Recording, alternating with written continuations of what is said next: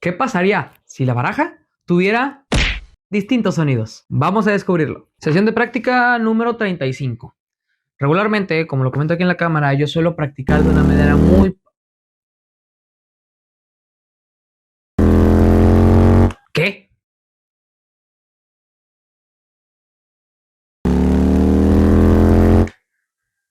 ¿Qué? Qué raro.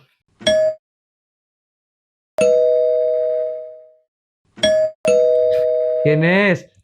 Bueno, qué raro me está pasando el día de hoy, de verdad que no.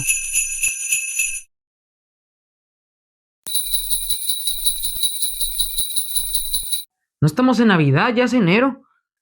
Ya sé. Se me bien loco. A ver qué pasa si hago esto.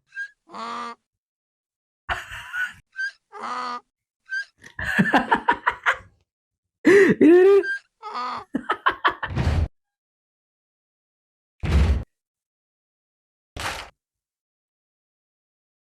Tengo una idea.